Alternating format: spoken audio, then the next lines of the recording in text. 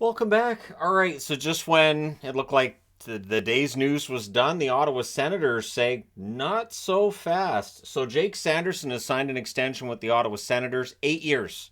8 years for $64.4 million in total. So the cap hit will be $8.05 million. It's interesting that Ottawa was a team that, 4 or 5 years ago we talked about nobody wants to go to Ottawa. Ottawa's in a lot of trouble. Financially, they're in it. They're having issues. Would Melnick think about moving the team? What a difference a few years makes. Now we've got a lot of young players who are under a long-term deal with this team.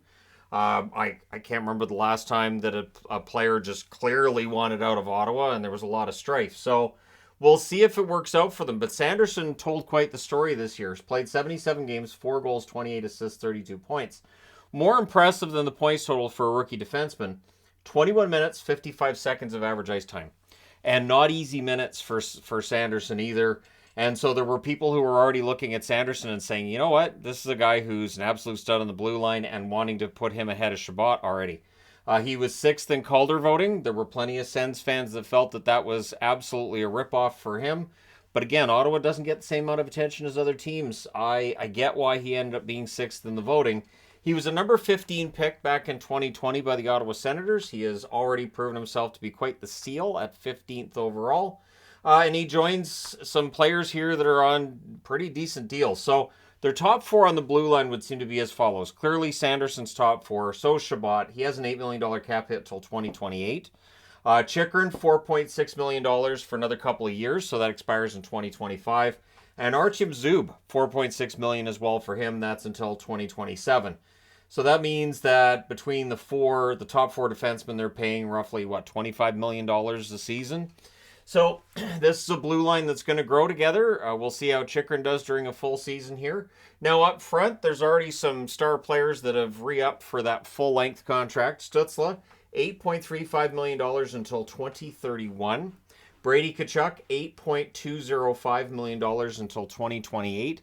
And Josh Norris, coming back off injury, $7.95 million till 2030.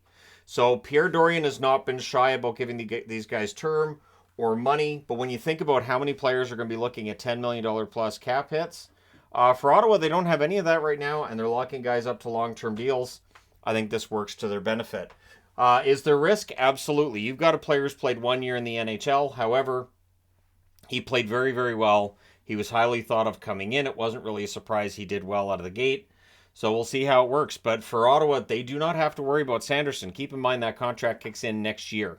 So that means for the next 9 years, they won't have to worry about whether or not Jake Sanderson's going to necessarily want out. And so, yeah, it's pricey. It's a pricey deal, but we're seeing this more and more often. And so while I might have looked at this 3-4 years ago and said, I don't know, giving all that ice time, all that money and all that term to a guy who's had the ice time and played well, but he's only had one season under his belt, well, that opinion's definitely evolved over the years. I get it. I think this is a pretty solid bet, but let me know your thoughts in the comment section below as always. Don't forget to hit like and subscribe if you're browsing your way through. You just happened upon this video. Thank you guys so much for watching, for all your support. I will talk to you again soon.